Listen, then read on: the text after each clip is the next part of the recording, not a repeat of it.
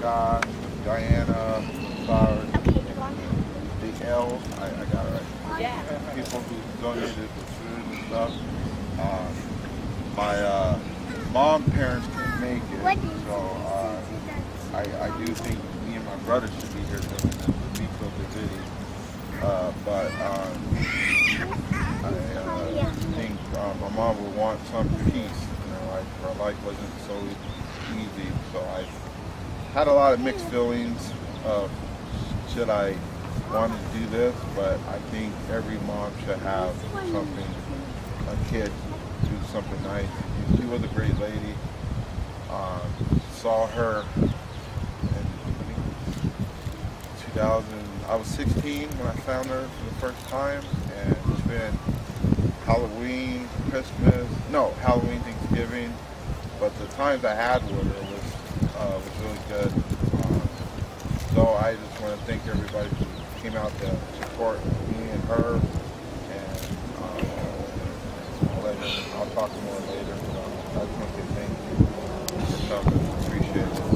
I know it's a long way from Oceanside.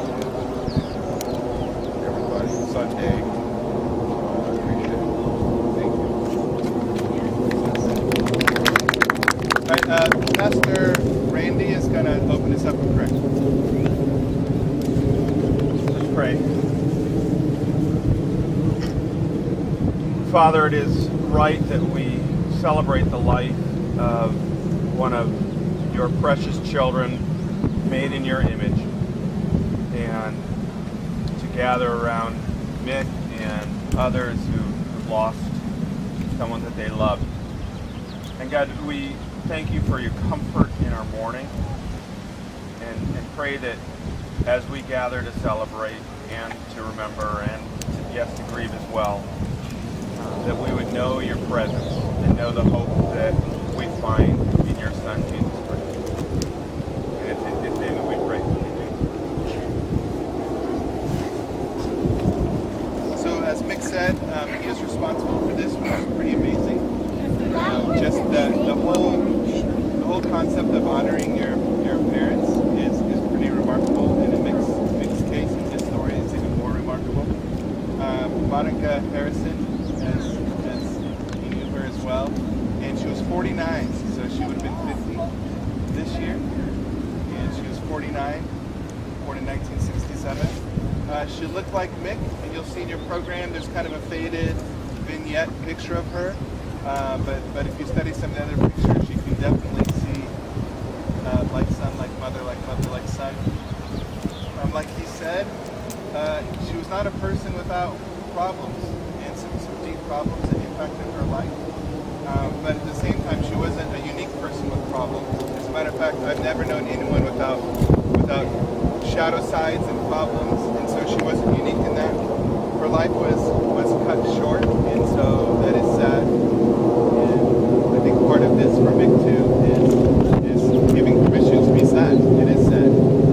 And, before we get there, just want to remind us and remind Mick in particular of how his mom, Monica, was still reflective of God's image. Because we know in Genesis that God created everyone to reflect his image. And so some of the things I've learned from Mick, how Monica reflected God's image.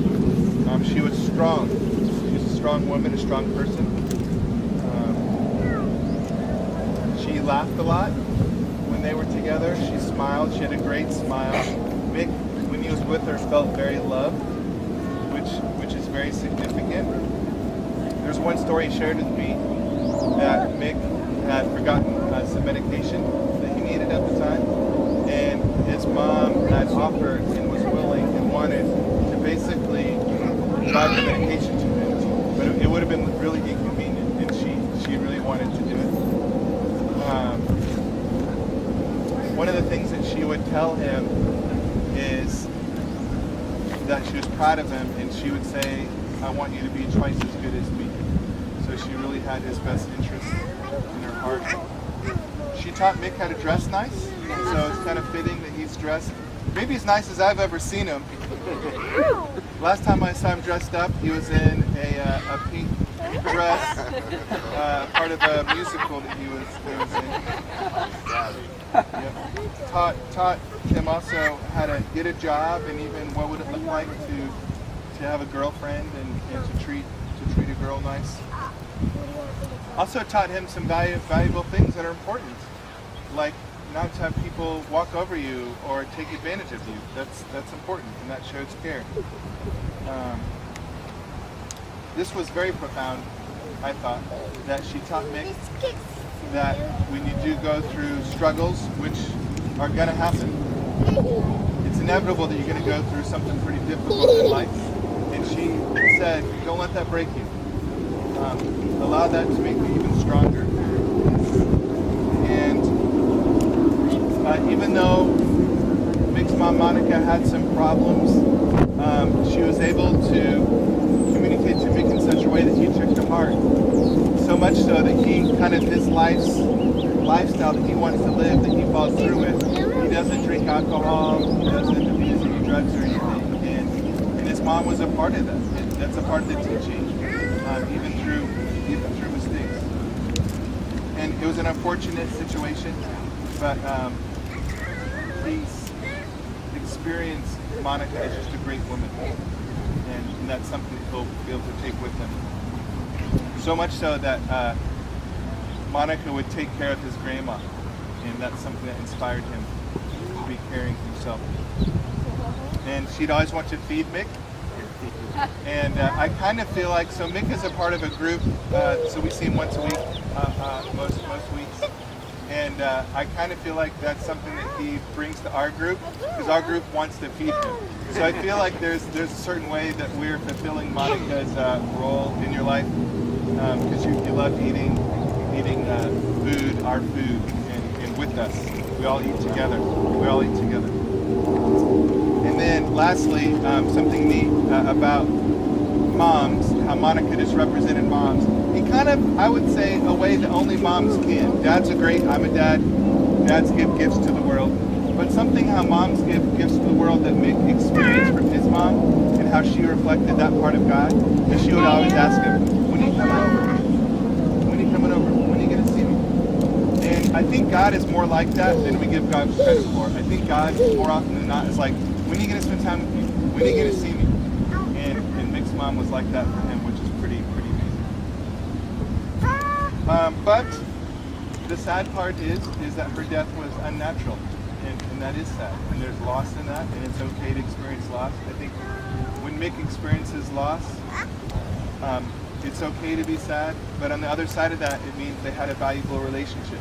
If you didn't experience loss, you know, it just points to the love relationship that you had with your mom.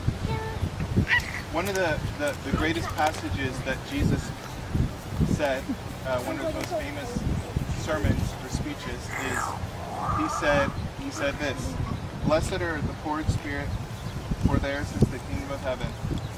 Blessed are those who mourn, for they will be comforted." And something so interesting about that paradox, that when you're sad, that's when we can experience God's comfort the most. And when we're poor in spirit, that's when we can experience the love of God in a totally unique way. And I hope those words comfort you. And those are words from Jesus, as you know, but I hope they comfort you. But they also give permission to be sad and to experience loneliness and loss. So we don't have to hide or pretend, and God's with you in that. And then just wanted to share a couple of passages that Mick wanted shared. That Jesus understands the pain of loss and the reality of death in this world. So without even getting into the horrific death that Jesus has God experienced himself, when Jesus' best friend Lazarus, when he died, yes, he was able to perform a miracle and raise or resuscitate Lazarus from the dead. He would later die again. But Jesus was actually sad. So he didn't just immediately perform a miracle. He experienced the depth of human loss and sadness. And it's the shortest passage in the Bible, and it says that Jesus wept. So Jesus understands the pain of losing one of the ones you love the most. So he is with us, and he's with you in that pain. And then later in the same gospel, Jesus also, though, points to the hope of of everlasting life. And heaven is God's presence, and he points to hope that we will always have God's presence, and that he even describes in the Gospels heaven is like this reunion, and so there's hope there. And he says this in John 11, I'm the resurrection and life. He who believes in me will live, even though he dies, and whoever lives and believes in me will never die. And then he goes on a couple chapters later to say, do not let your hearts be troubled. You believe in God, believe also in me. My Father's house has many rooms. If that were not so, would I have told you that I'm going to prepare a place for you? And so again, that paradox of experiencing this loss, but that loss and the pain and the loneliness and the sadness, that isn't the final say. And our hope is that one day that reunion will take place, and we'll have God's presence always. We have God's presence now and later. But as Revelation says, all our tears will be wiped away. So with that, Mick wanted to share, and then he'll invite others if they want to share something. But he's going to share first. And he has a song that he wants played. The lyrics are in your programs.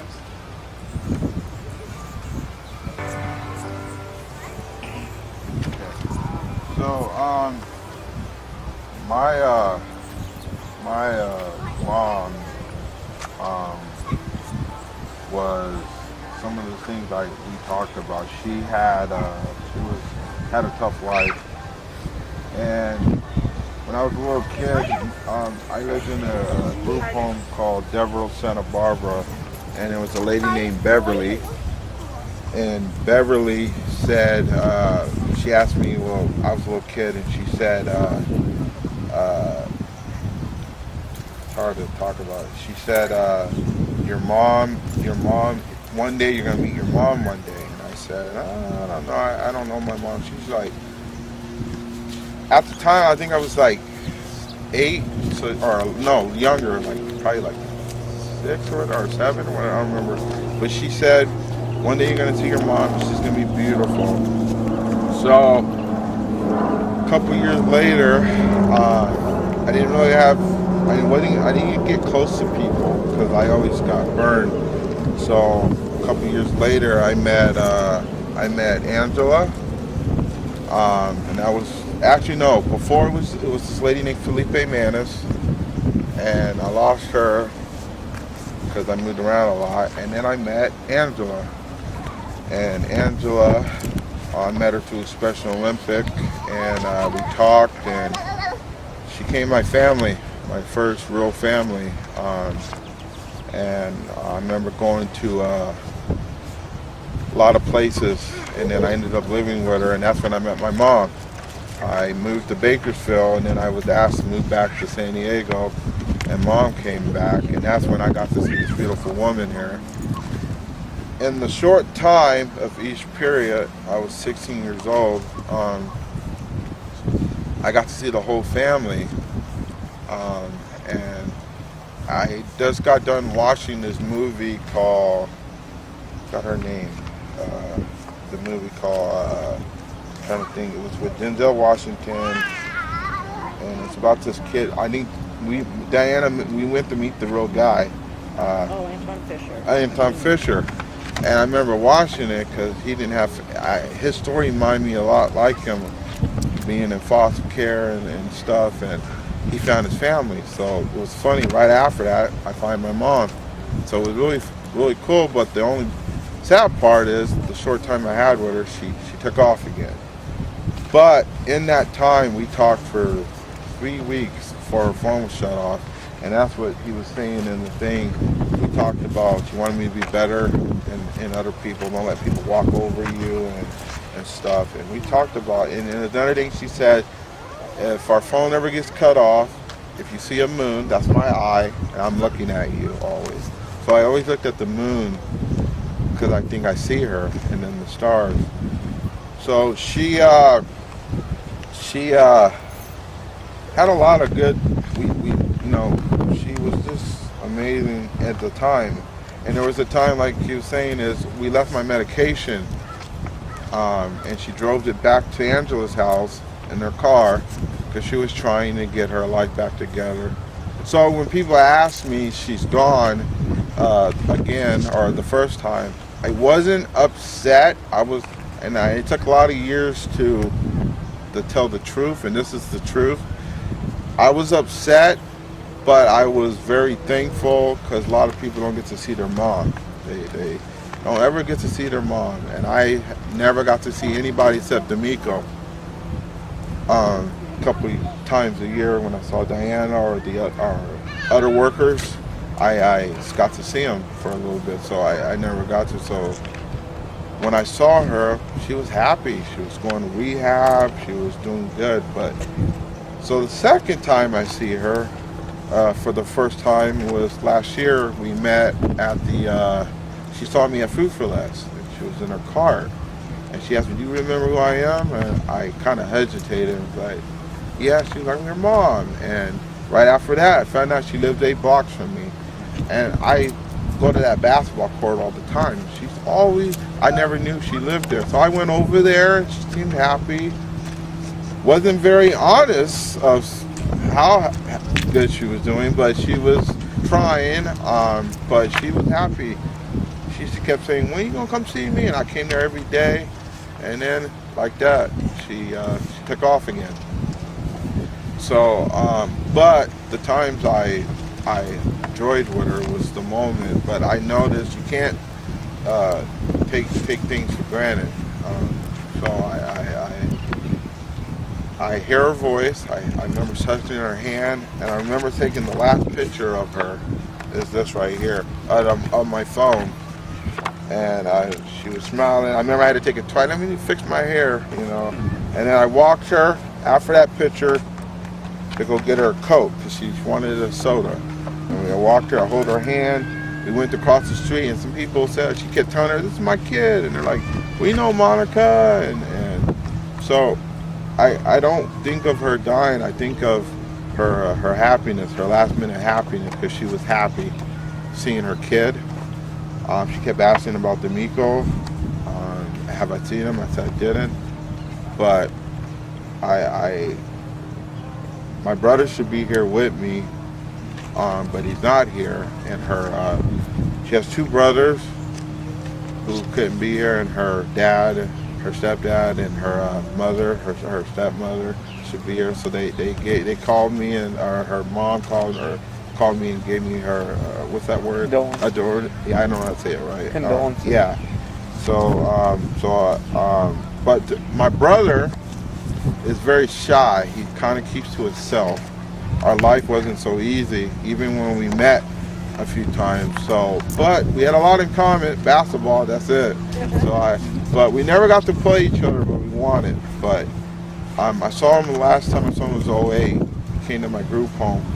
He was dating one of my staff members, so she made him come. But we went to McDonald's, we ate. I noticed we have different lifestyle. I live my life for God. He lives his life more as the streets, but he'll always be my brother, and I'll always be here for him if I ever see him again, hopefully. But he's a good. But my last thing I want to say is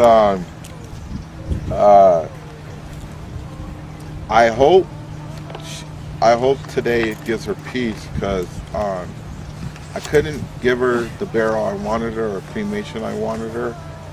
But in this lake is where her body will be. Their ashes connects to all the oceans. So I believe this was a blessing. It's a beautiful day, and I think she will be happy. At least I gave her a peace. I don't think of her death as a way. I think of her last moments. Her last moments was with me, of her being happy and wanting me to know when I was coming. And I hope she in heaven looking down and think I did okay. I don't do drugs. I don't smoke. I always wanted to be, like she said, I wanted to be better. If I ever had kids, I wanted to be twice as better of a parent I thought I should have had. But she did come back twice, and I'll take that more in having 1 minute with her. So she did say she loved me for our last time I was with her, and I will take that for forever. Um, so um, so yeah, and like I said, I haven't had a tough childhood. And I was thinking last night. I always was really hurt. I didn't have a childhood, and I see people with mothers and child, but I think my life went okay. I was thinking that last night. I was at home. I have family, Angela, for years. I have Diana for years. I have Summer, Andy for years. I met him in '05. I have Eve, grandma, and her grandma. We had her 90th birthday. I know her since I was in Santa Barbara. I remember her when we came down here for the Gator game. She used to wear these little angels. Ever since I was a kid. So family doesn't always have to be blood. I believe that, and I remember my mom was happy. I had her in my life, Angela, and good people, and and this is family. People who comes out of their time who doesn't really know her, who supported me, and I will say, she was always happy, and I felt the vibe when she was happy when she saw me.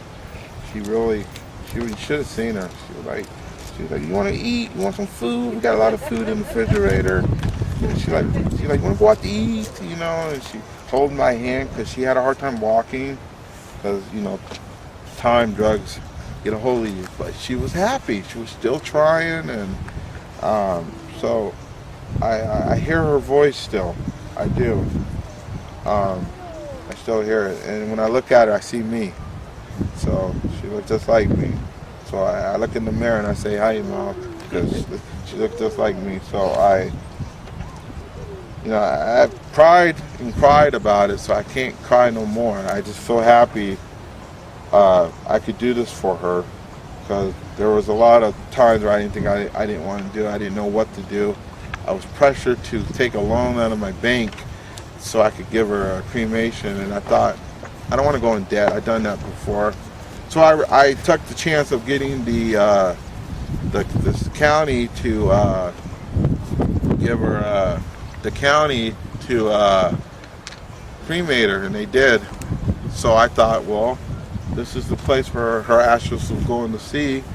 It's close. And giving her a piece, because the way I was told she will be cremated, I wasn't happy with it. It didn't sit well with me, and it didn't sit well with some things where I thought all our family should have came together, and it didn't come that way. So I wanted to do something for her, and I think I did. I think she's looking down with her mom. Her mom was amazing. I remember her. She loved soda too. So I think it runs in the family, because I love soda too. So I remember I always told her I need to go to soda rehab, because we love soda, and remember the last thing I did was I went and go get my mom a soda, and I remember Grandma. And one last thing, when Mom took off the first time, Grandma called me on my 18th birthday, and I was already gone, moved out of here. So that shows, love in all different ways. And Mom took care of her for a little bit, tried, she did the best she can. But I just want to say one last thing. Her death is not a tragedy or sad. That's the way life goes sometimes. We die young, we die old. Hopefully I could be at 150. I hope so. But I do know, no matter what, she'll always be my mom, Monica Harrison, and I will always love her. Like I said, the short times last memories, even those short times of spending Christmas with her, Thanksgiving and Halloween. I remember those moments, and they will always cherish with me. And the last moment, she found me at Food for Less. So I give her, I thank her, and I thank God for getting us back together. And God did it again. He brought us back together for one more goodbye in a peace way. So now she's in heaven, hopefully, looking down, and I hope she's proud of me because I tried to be better, and I wanted to be a Christian, and I came to Cornerstone. Angela wouldn't let me come to a church I wanted to go to. I thought going to a certain church back in the days would, she's like, no, you're going to my church. You know, you take it or leave it. And I went and I fell in love. And my mom bought me this outfit when she came back. She said, and I went to Sparrow Coast. It was a couple years ago, and I had fun. I remember I have that picture still of the outfit she gave me. And so my Christianity, me coming to the God came from Angela and her husband, Matt, who couldn't be here, but he would if he could. They got me in the church, and and then I came a couple years later, and by accident I ran into Andy, and I asked him, can he be my advisor? And we've been friends ever since, and he has two beautiful kids. And then I met Scott and everybody, and glad to have Diana still in my life all these years. Taz, my buddy, he's my sports. My little sister right there, my grandma, and I appreciate it, and I got everybody here, and I thank you, and I think she'll appreciate it. And hey, he made it, and Andy's dad, thank you. You know, he's been there for me too, and and I want you to know. My mom has some tough issues, and I had some tough issues brought up, but I don't let my disability define who I am, and I never blamed her for it. I thank her because she could have just said, I don't want Mick. You know, she could have, with all the problems she had, and I did almost died as a child, and she could have just gave up.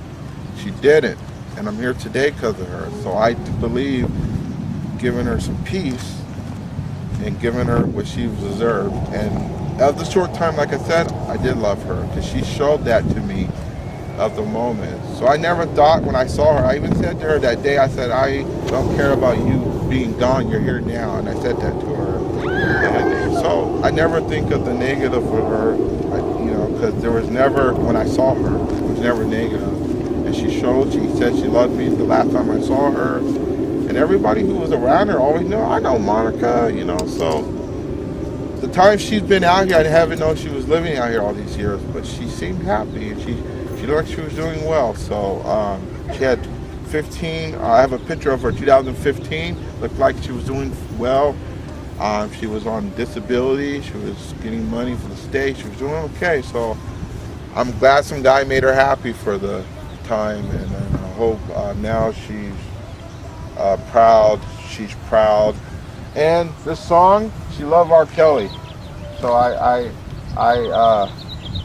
wanted us to close our eyes, and we're gonna turn this up. I wanted to finish this song. Just close your eyes, because this is her song she really liked.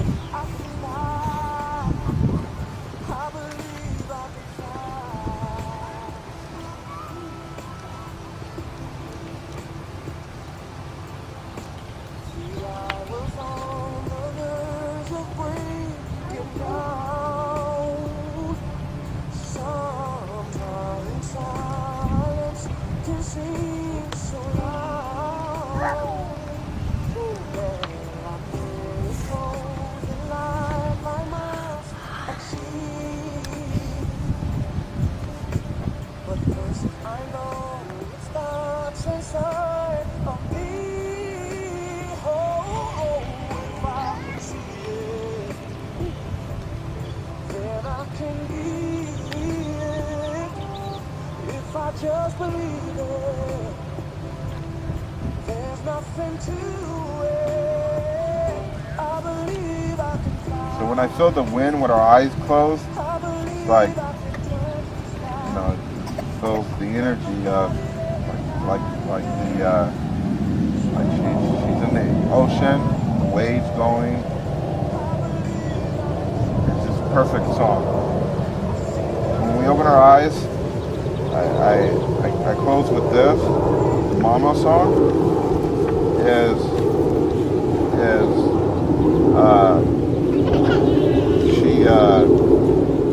she was a mom, and there's a lot of moms here, and she was the mom. She was the mom of me who brought me in this world. And the songs on here are Mama. Play Mama? Yeah, played it twice. You played it. Yeah. So when I think of Mom, I think of the song because it reminds me of her, and it always did over the years when I lost her or when I didn't see her for a long time. This reminds me of Mom because it's perfect. So just take a minute for the first lyric. It's on your thing.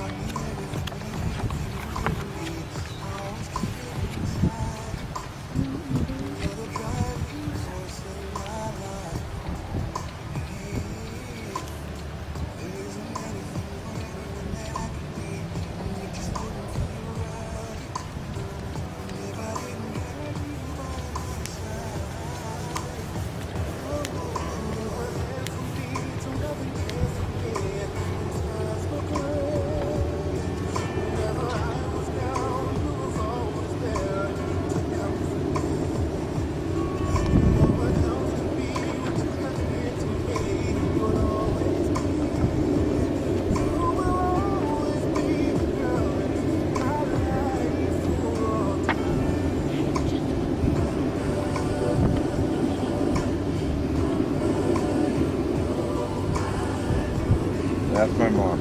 So that's it. Ready for the toast? Ready for the toast. So Mick had a great idea because Monica's one of the last memories he had is drinking Coke with her and getting Coke. So if you could, we can pass around. So we're just gonna pass out these cups, and then after we'll do a toast. Then Jeff is gonna sing a song for us, and then after that we're gonna have a rose dedication. Just like that.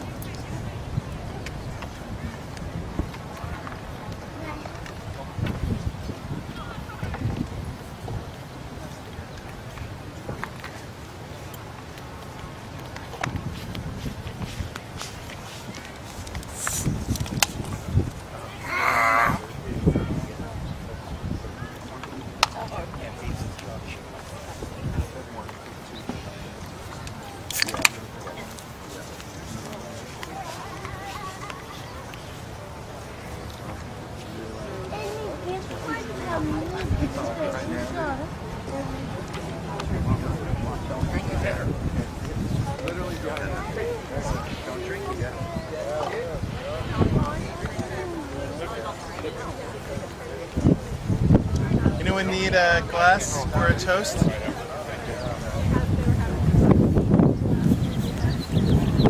Anyone need some? Anyone not have one for a toast?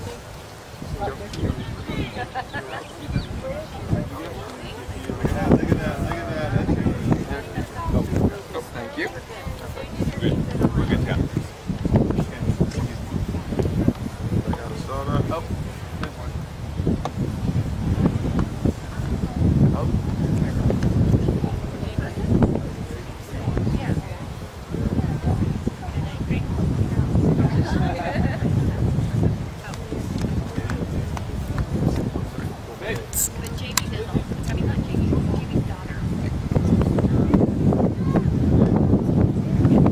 So let's let me turn up the music a bit. Funny. Phones do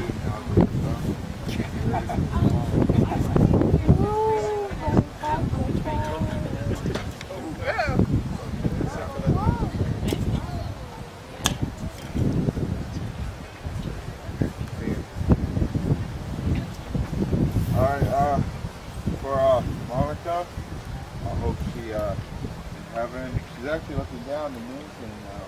So just like you said. So for Monica, I love her. And is for you, for Monica. I remember her last drink, she wanted me to get her a Coke. Yeah. For Mom. Just Coca-Cola or Coke Zero or which that? We got her a Coke. Yeah. So Jeff's going to sing a song. This is Summer's husband, my acting teacher. She's a star. Well, as Mick has said, moms are special, and with his mother looking down on us all, we know she's up there in heaven and we'll eventually join her. This song speaks to that, and it's I'm offering this to you, Mick, because I sang this at both my grandmother and my mother's funeral. Mothers are special, okay? And everybody can join in on the refrain. The refrain is take my hand, precious Lord, lead me home. Precious Lord, take my hand, lead me on, help me stand. I am tired, I am weak, I am worn. Through the storm, through the night, lead me on to the light. Take my hand, precious Lord, lead me home. When my way grows drear, precious Lord, linger near. When my life is almost gone, hear my cry, hear my call. Hold my hand, lest I fall. Take my hand, precious Lord, lead me home. When the darkness appears and the night draws near, and my day is past and gone, by the river I stand, guide my feet, hold my hand, take my hand, precious Lord, lead me home.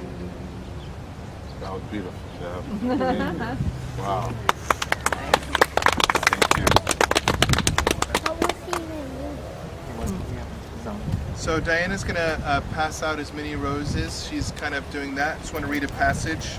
She's getting that ready. And Mick, this is a passage that we talked about. Yeah. And I hope this encourages you as well. This is from 1 Peter. So this is, as Jesus called him, Little Rocky. And as you know, Mick, he loves Rocky. He loves Rocky. What a God we have, and how fortunate we are to have him. This Father, our Master Jesus. Because Jesus was raised from the dead, we've been given a brand new life and have everything to live for, including a future with him. And the future starts now. God is keeping careful watch over us in the future. The day is coming when you'll have it all, life healed and whole. That's one thing I appreciate about Mick, is that he likes the now. He wants to live now, and as we heard from his beautiful talk today, he's going to use the memory of his mom and the times with his mom and even the move to help fuel his living the fullness of life. And so he wanted to play another song that we haven't played yet that was meaningful, and it is a beautiful song. He would also want you to know this, featured in Fast and Furious 7, See You Again, for Wiz Khalifa. And so we're going to play the song, and then we're actually going to go over to the rocks together, and we're going to throw the roses to the rocks. Is that right, Mick? Yes.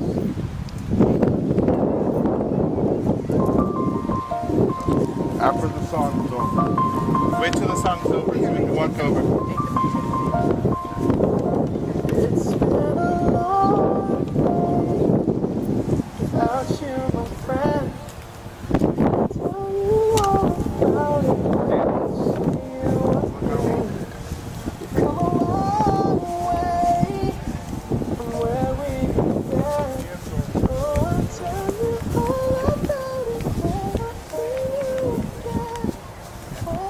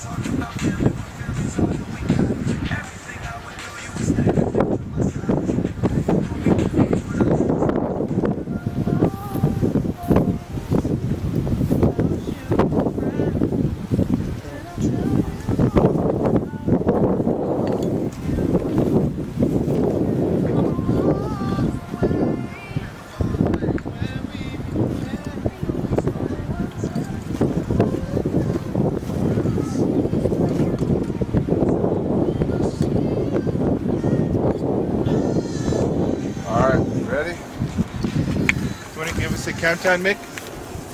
You want us to throw them in the just in the rocks, kind of over the rocks? Okay, give us the countdown. You're the man. 5.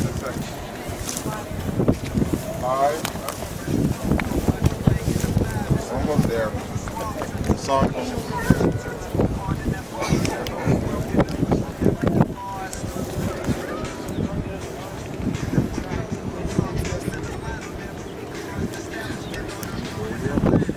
You mean to turn it down? Turn it up a little. Oh, it won't go up anymore. I'm sorry. Yeah, I'll go get it. I'll be right back. I'm almost there where I feel it. Almost there.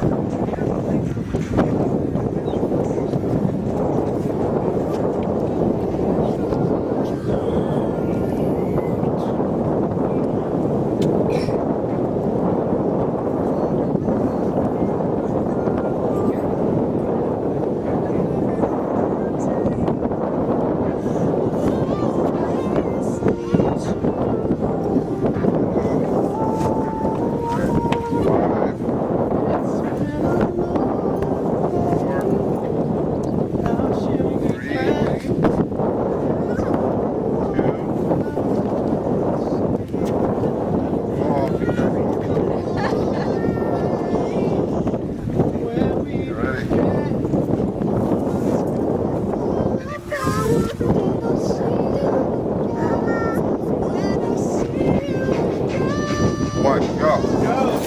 Yay! Mark, no matter. You did it. Good job. Nice.